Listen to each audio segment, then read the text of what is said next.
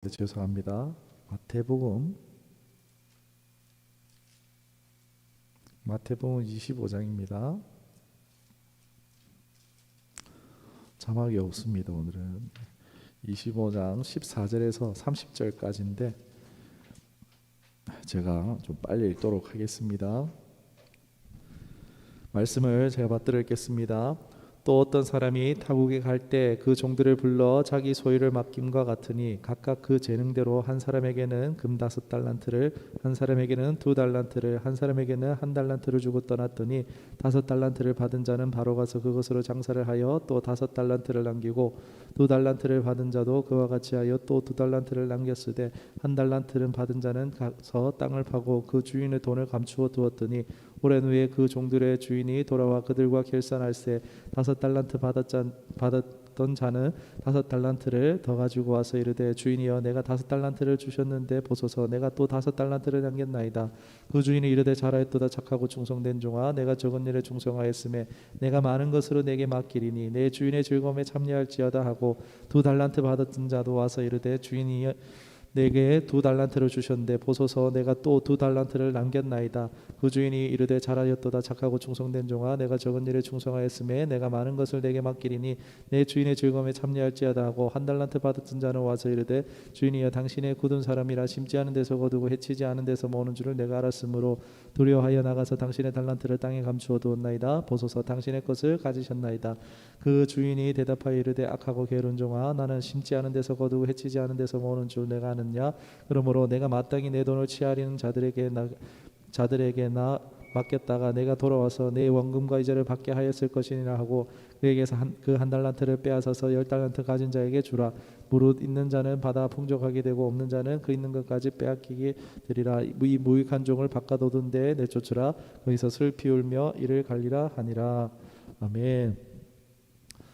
이 땅에 이미 임한 하나님의 나라를 누리는 삶을 살기 위해서 제가 종종 강조를 했었지만 오늘은 좀 더 집중해서 용서하는 삶에 대해서 나누기를 원합니다. 말씀의 제목은 하나님의 나라는 용서의 나라라는 제목으로 말씀을 나누도록 하겠습니다. 우리 달란트 비유는요 참 주일학교 때부터 많이 들었을 것입니다. 그런데 달란트 비유는요 오직 마태복음에서만 등장합니다.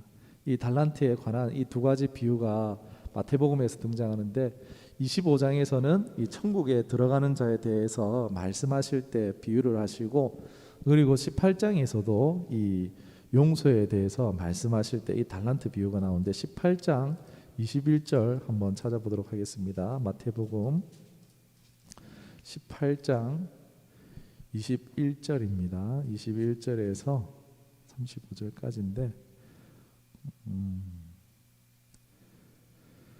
21절에서 제가 35절까지인데 제가 또 읽도록 하겠습니다. 그때 베드로가 나와서 이르되 주여 형제가 내게 죄를 범하면 몇 번이나 용서하여 주리까 7번까지 하오리까. 예수께서 이르시되 내게 이르노니 7번뿐 아니라 7번을 70번까지라도 할지니라. 그러므로 천국은 그 종들과 결산하러 하던 어떤 임금과 같으니 결산할 때에 10,000달란트 빚진 자를 하나 데려오매 갚을 것이 없는지라. 주인이 명하여 그 몸과 아내와 자식과 모든 소유를 다 팔아 갖게 하라 하니 그 종이 엎드려 절하여 이르되 내게 참으소서 다 갚으리라 하거늘 그 종의 주인이 불쌍히 여겨 놓아 보내며 그 빚을 탕감하여 주었더니 그 종이 나가서 자기에게 백단위로 빚진 동료 한 사람을 만나 붙들며 목을 잡고 이르되 빚을 갚으라 하매 그 동료가 엎드려 간구하여 이르되 나에게 참아 주소서 그리 갚으리이다 하되 허락하지 아니하고 이에 가서 그가 빚을 갚도록 옥에 가두거늘 그 동료들이 그것을 보고 몹시 딱하게 여겨 주인에게 가서 그 일을 다 알리니 이에 주인이 그를 불러다가 말하되 악한 종아 내가 빌기에 내가 내 빚 전부를 탕감하여 주었거늘 내가 너를 불쌍히 여긴 것 같이 너도 내 동료를 불쌍히 여기며 마땅하지 아니하냐 하고 주인이 노하여 그 빚을 다 갚도록 그를 옥졸에게 넘기니라. 너희가 각각 마음으로부터 형제를 용서하지 아니하면 나의 하늘 아버지께서도 너희에게 이와 같이 하시리라. 아멘. 예, 말씀을 오늘 많이 먹었습니다. 예, 은혜가 충만할 줄 믿습니다. 앞에서 보면은 천국에서 이 말씀을 읽기 전에 보면 베드로가 천국에서 누가 큰 자입니까? 라고 해서 막 이렇게 거기서 비유가 시작된 걸 볼 때 이 말씀도 천국 비유임을 우리가 알 수 있습니다. 18장에서 달란트는 얼마나 큰 용서를 받았는가에 대한 비유로 사용되는데, 용서받은 것에 비해서 훨씬 적은 이 100데나리온 일을 용서하지 못한 사람은 다시 옥에 갇히게 될 것이다 라고 말씀하십니다. 이 25장에서는 이제 어떻습니까? 천국에 들어가는 사람은 어떤 사람인가 해서 하나님이 맡기신 달란트를 남긴 사람이다 라고 하고 있습니다. 여기에서 말씀을 그냥 봤을 때 이 달란트의 해석을 대부분 어떻게 합니까? 은사, 재능 또는 물질이다, 이렇게 재능이나 또 물질 이런 것들로 많이 해석을 해서 이런 것들을 우리가 사용해서 남겨야 한다라고 많이 해석하지만 꼭 그 뜻만 있지는 않을 것 같습니다. 여기서 달란트가 무엇이겠습니까? 18장의 비유는 예수님이 세 번째 유월절이 지나신 후에 이제 공생애를 시작하시고 유월절이 세 번째 지나신 후에 그 세 번째는 예루살렘으로 올라가지 아니하시고 갈릴리에서 계속 이제 제자들과 계셨죠. 이 가버나움 근처에서 하신 비유의 말씀이고, 25장의 비유는요, 이제 네 번째 유월절이 오시기 전에 예루살렘으로 올라가시고 이제 그 근처에서 종종 기도하러 올라가신 이 감난산에서 하신 비유의 말씀입니다. 그러니까 18장과 25장의 사이의 기간은요, 고작 몇 개월밖에 되지 않는 기간에 이 달란트 비유를 재사용하신 것임을 알 수가 있습니다. 그러니까 제자들도 앞서 18장의 달란트 비유를 기억했을 것이고, 또 예수님도 이제 다시 이제 또 달란트 비유하시면서 헷갈리게 달란트를 전혀 다른 새로운 주제로 이 비유를 하셨으리라라고 저는 보지를 않습니다. 이 마태복음 25장의 이 달란트 비유가 대부분 설교가 재능이나 은사, 물질에 관한 해석으로 봅니다. 거의 이런 견해들이 많이 있는데 저는 그거 틀렸다 그런 얘기를 드리는 건 아니고요. 그러나 제 마음에 감동이 오는 것은 이 25장의 달란트 역시 18장과 마찬가지로 용서의 코드로 해석해야지 가장 적절하지 않겠는가라고 봅니다. 용서로 25장의 말씀을 해석한다면요, 이 용서를 10달란트 용서받은 사람, 5달란트 용서받은 사람, 1달란트 용서받은 사람, 이렇게 5달란트, 3달란트, 1달란트 용서를 받은 사람들인데, 하나님이 용서를 해줬으면 그 용서를 남겨야 한다는 거죠. 그런데 용서를 받고도 자신은 막 그렇게 죄 지은 게 없으니까, 그러니까 5달란트 용서받은 사람은 죄를 많이 지은 사람이겠죠. 그런데 1달란트 용서받은 사람은 잘 사는 사람이에요. 어떻게 보면은 세상적으로 별로 흠이 없는 사람이에요. 이 용서를 받고 용서하지 못한 종은 어떻게 됩니까? 아무리 그 사람이 이 땅에서 죄 안 짓고 깨끗하게 살았다 할지라도 그 사람이 다른 사람을 용서하지 못한다면 그 사람은 천국에 합하지 않다라는 것입니다. 예수님 뭐라 하십니까? 이럴 줄 알았으면 내가 내 돈을 취하려는 자들에게 맡겨서 원금과 이자를 받았으리라고 하십니다.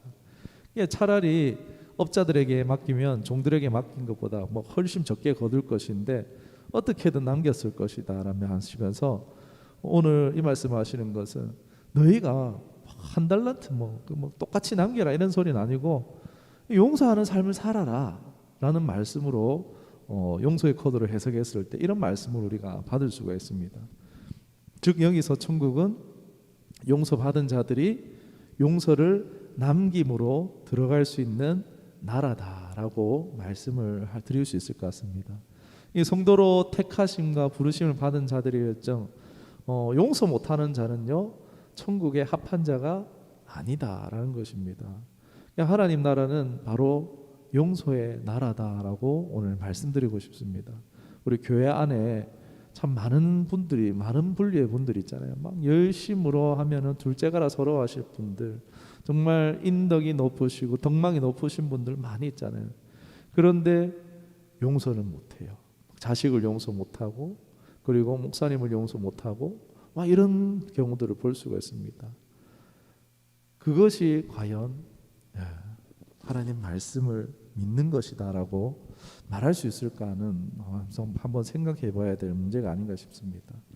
이 마태복음의 특징 중 하나가 유일하게 천국이라는 명칭을 씁니다. 다른 복음서에서는 다 하나님의 나라, 하나님의 왕국, 하나님의 통치, 하나님의 다스림이라는 개념으로서 하나님 나라를 거의 사용합니다. 그런데 마태복음에서만 유일하게 천국이라는 단어를 쓰고 있는데 그 이유는 이 마태복음이 읽는 대상이 바로 유대인이기 때문입니다. 이 유대인들은요, 여호와, 이 하나님이라는 명칭을 신성하게 여기기 때문에 읽지를 못합니다. 그렇기 때문에 어쩔 수 없이 이 아도나이 대신 찾았던 단어가 하늘이라는 단어를 표현을 썼는데, 당시 이 저자는 그러니까 하늘 나라라고 했지만 우리에게 올 때 이제 한자 문화권을 번역하면서 이제 그 이 하늘 나라라는 종교적인 세계관 이런 것들이 싹 사라진 그냥 천국 하면서 이 천국이란 명칭으로 마태복음이 쓰이게 된 것입니다. 우리에게 있어서 천국 하면은 어떻습니까? 그저 그냥 사후 세계다라는 개념이 강합니다. 현재의 삶과는 전혀 상관없는 말처럼 느껴집니다. 그런데 성경이 본래 말하는 것은 장래에 대한 관점이 아니라 현재에 대한 초점이 강합니다. 우리는 이제 앞으로 이 성경의 마태복음을 읽더라도 천국을 읽을 때 천국이라고 읽지만 이미 이 땅 가운데 이루어지고 있는 하나님의 나라, 다스림, 통치라는 현재적인 관점으로 이 천국을 읽고 받아들여야 할 줄로 믿습니다. 이 하나님 나라는 즉 천국 같은 삶을 이제 이미 이 땅 가운데 이루어지고 있다는 거죠. 이 예수님의 왕권에 순종한다면 어디나 거기가 하나님의 나라입니다. 할렐루야. 하나님 나라 가운데 살아가고 계십니까? 네. 많은 사람들이 이미 임한 하나님의 나라를 경험하면서 살아가고 있는 것을 봅니다. 오늘 찬송가 고백도 있잖아요. 주 예수, 내 주 예수 모신 곳이 그 어디나 하늘나라, 이런 찬양의 고백처럼 장차가 아니라 이미 들어가서 누릴 수 있다는 것입니다. 이 땅에서 이 하나님의 나라를 다스림과 통치를 그런데 누리지 못하게 방해하는 것들이 여러 가지가 있을 수 있겠지만, 그런데 오늘 말씀을 나눴으면 하는 것은 혹 그 하나님 나라를 누리지 못하게 방해하는 것이 다름이 아니라 용서하지 못하는 스스로 자신일 수도 있다라는 것을 말씀을 나누고 싶습니다. 우리가 실제로 어떻습니까? 용서하지 못하고 미워하고 분노하고 원망할 때에 우리의 삶은 지옥과도 같을 수 있을 것입니다. 그러나 실제로 용서함을 통해서 반대로 천국 같은 삶을 누릴 수도 있습니다. 예수님께서도 이 십계명을 다시 말씀하실 때 미워하는 것은 뭐와 같다라고 했습니까? 살인하는 것과 같다라는 말씀하셨죠. 베드로는 18장 21절에서 몇 번 용서할까요? 라고 해서 7번 할까요? 라고 물어봤습니다. 당시도 3번 용서하면 많이 용서하는 거예요. 그런데 7번을 용서할까요? 라고 물은 것은 내 예수님한테 칭찬받아야지 하면서 그렇게 7번이나 용서할까요? 한 건데 돌아온 답변은 몇 번입니까? 7번씩 70번이라 할지라도 용서하라. 7은 완전수죠. 끝도 없이 그냥 용서하라고 하신 것입니다. 우리나라의 독립운동가이자 전 대한민국 임시정부의 국무령인 이 김구 선생은 기독교인이었습니다. 이 민족의 국권 회복을 위한 그런 배경 역시 기독교가 영향이 기반이 되었다라고 하는데요. 여러 김구 선생님의 명언들이 있지만 오늘 이 말씀과 관련된 말을 좀 가져와 보면 지옥을 만드는 방법은 간단하다. 가까이 있는 사람을 미워하면 된다. 그리고 천국을 만드는 방법도 간단하다. 가까이 있는 사람을 사랑하면 된다. 모든 것이 다 가까이에서 시작된다. 이런 말을 했습니다. 미움은요, 사랑의 하나님과 정반대되는 속성입니다. 마귀의 속성이자 지옥의 속성이라 할 수 있습니다. 부모, 형제, 자매, 배우자, 친한 친구, 친인척, 동료, 미워하는 사람마다 어떻습니까? 내 마음에 미워하는 마음이 있으면요, 그 마음에 지옥을 품고 사는 것입니다. 제가 이렇게 분명하게 말씀을 드릴 수 있는 것은 저도 경험해봤죠. 대부분의 사람들은요, 평생 살면서 정말 적어도 정말 한 사람은 미워하고 살아가는 것 같습니다. 그냥 미워하면서도 잘 살아가는 것처럼 사실 보이지만 잘 살아가지 않죠. 행복하지가 않습니다. 저는 하나님의 말씀을 전해야 하는 그런 목사인 저는요, 이게 미워한 채로 잘 살아가는 게 정말 되지 않더라고요. 이게 마음에 지옥을 품고 하나님의 말씀을 쓰거나 전하는 것이요, 거의 뭐 불가능하다.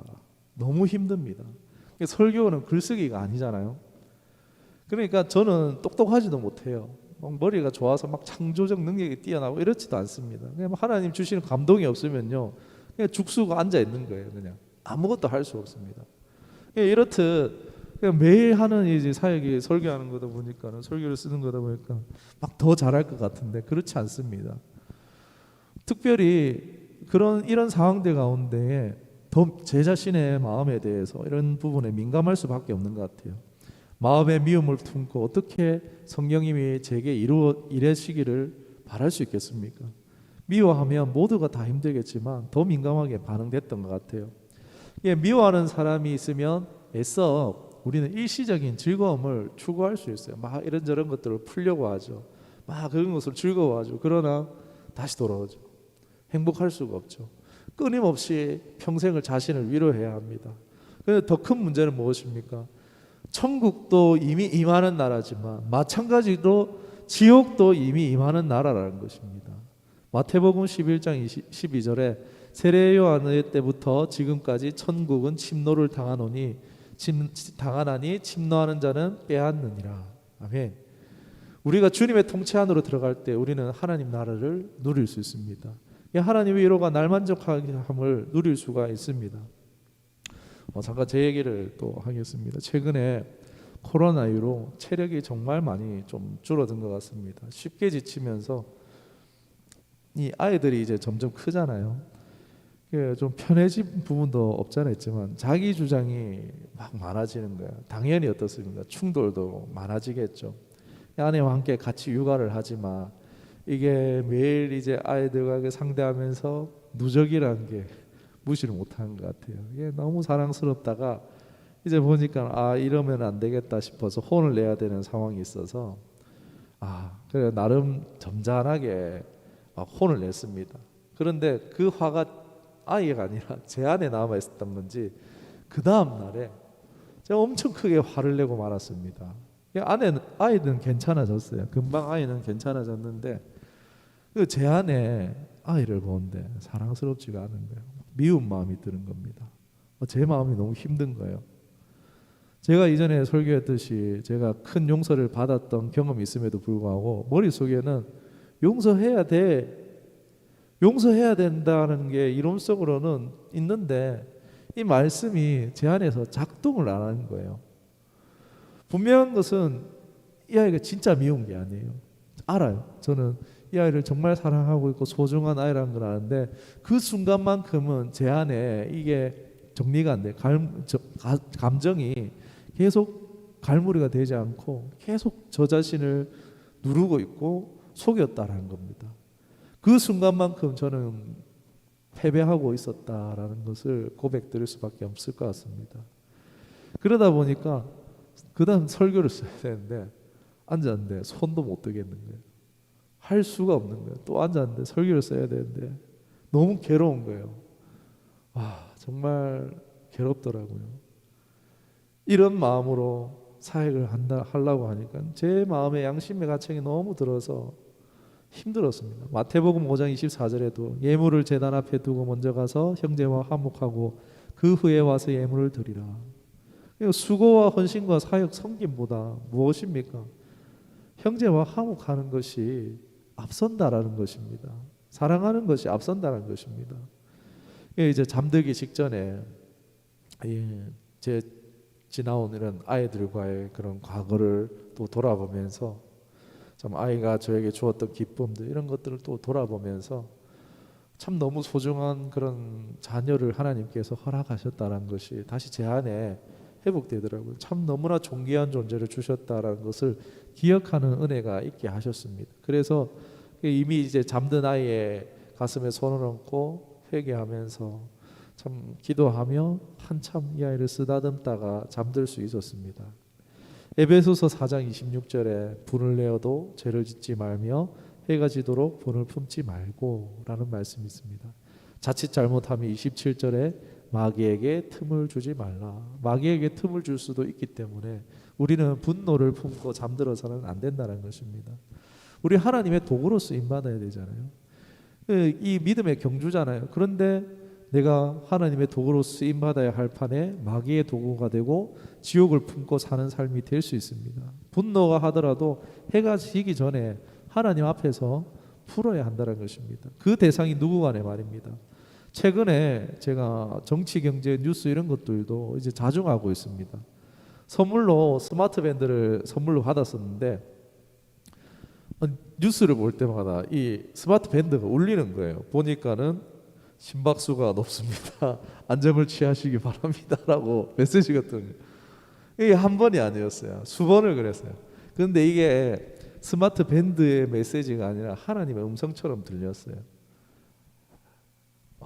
하나님이 나를 향해서 경고하고 계시는 것으로 그렇게 메시지를 받았습니다.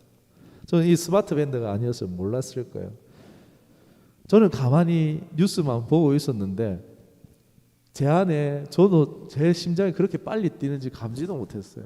근데 뉴스를 보면서 이 경제 막 이런 상황들을 보면서 분노해서 막 심장이 미친 듯이 막 뛰고 있었던 것입니다. 분노해서 심장이 뛰었던 거예요. 내가 이렇게 범죄하고 있었구나 싶었습니다.